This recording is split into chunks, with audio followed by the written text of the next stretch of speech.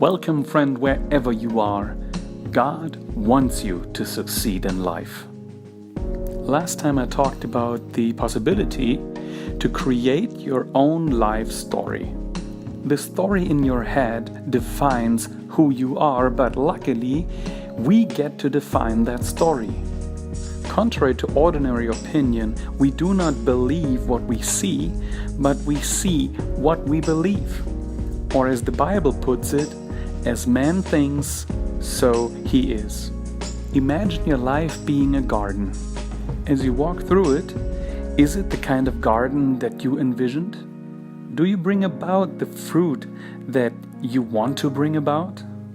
As the people in your life pick those fruits, what will they taste like? Do they like what they taste? Do you like the taste of your fruit? As the Bible puts it, we reap what we sow. It is a law of nature, and it is at work in our lives as well. If you want to find out what you have been sowing in your life, just take stock of the fruit. And don't be disheartened if you don't like what you see. This is a moment of truth, a moment of grace. Because in Jesus you can always begin anew and get a totally fresh start. You do not have to suffer the consequences of your failures and of the negative cycle of sin. In an instant you may turn to God your Father and say, "Please forgive me," and "Please heal me." And instantaneously He will. So get rid of these indigestible plants and poisonous roots and all those weeds that are choking out your life. As you now look on the freshly tilled soil that will once again become a wonderful and beautiful garden, what is it that you envision? What do you want your life to look like? What are the plants that you would like to see grow? And what is the harvest that you would love to bring in? Beginning with the end in mind is very helpful. Maybe you even envision your own funeral, and as you lay in that casket, you hear people speaking over your life.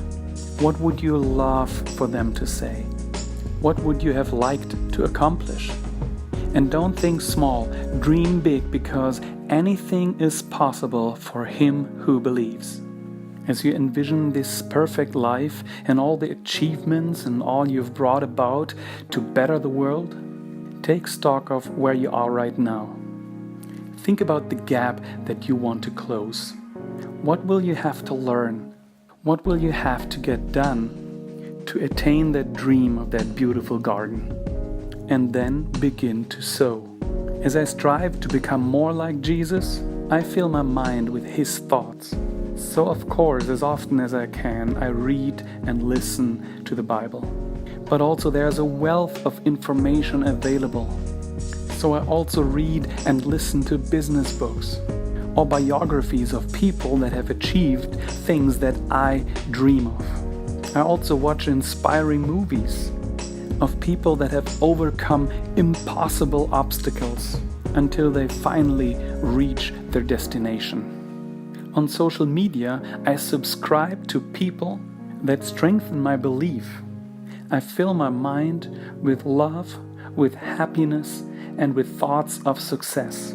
And not only that, I also speak these things into the lives of other people, trying to serve them to expand in abundance, love, happiness, and success. On the other hand, I also guard my heart. I want to be especially careful with the kind of stories I listen to, because our brains are wired for story. So I want to be extra careful and very picky about the kind of stories that I allow into my heart. So step by step, I am transformed by the renewing of my mind. The limits of my faith continuously expand, and every day I define anew what is possible.